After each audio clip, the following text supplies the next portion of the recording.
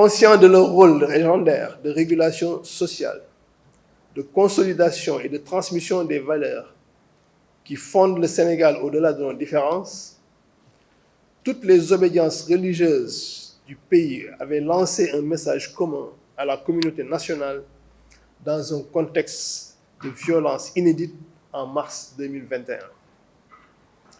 Ce message, transmis par les émissaires des khalifes généraux, qui sont les personnalités les plus écoutées et auxquelles les Sénégalais se réfèrent dans leur écrasante majorité, avait pénétré la conscience des Sénégalais et avait été entendu et suivi d'un apaisement salutaire pour la nation.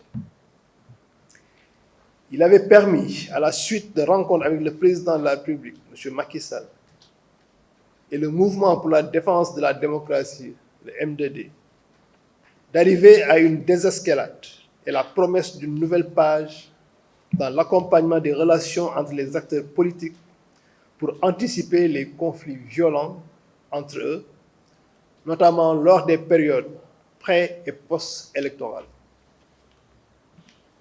Nous avions espéré que les leçons tirées de ces événements éviteraient pendant très longtemps à notre pays leur survenue.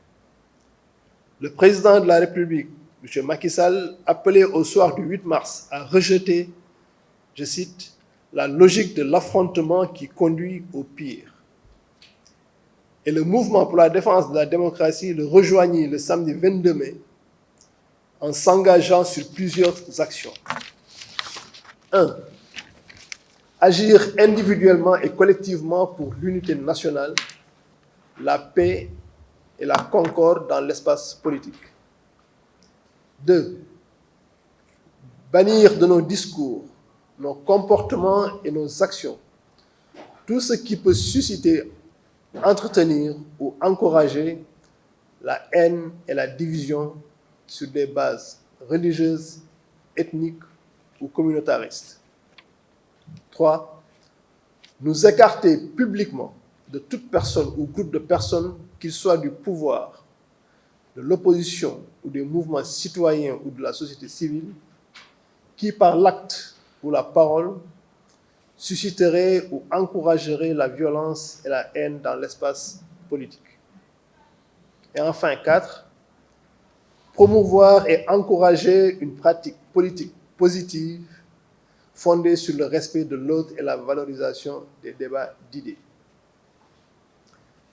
Faisant suite à cet épisode, les khalifes généraux ont, à l'occasion des événements religieux, comme le dernier Magal de Touba et les Gamou, réitéré les appels à renoncer à la violence et au respect des règles de bonne conduite dans les compétitions politiques qui se profilent à l'horizon, notamment les élections locales et législatives de 2022.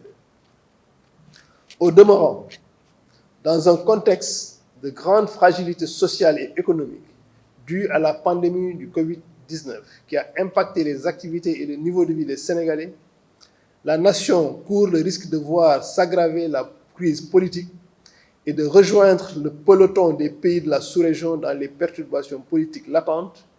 On finit par générer des coups d'État et des remises en question de leur équilibre et des fondements de leur nation.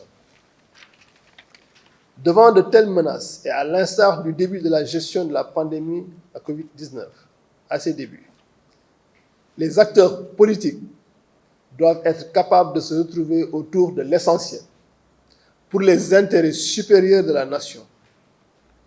Ils nous le prouvent à chaque perte de parents proches ou à l'occasion des événements religieux.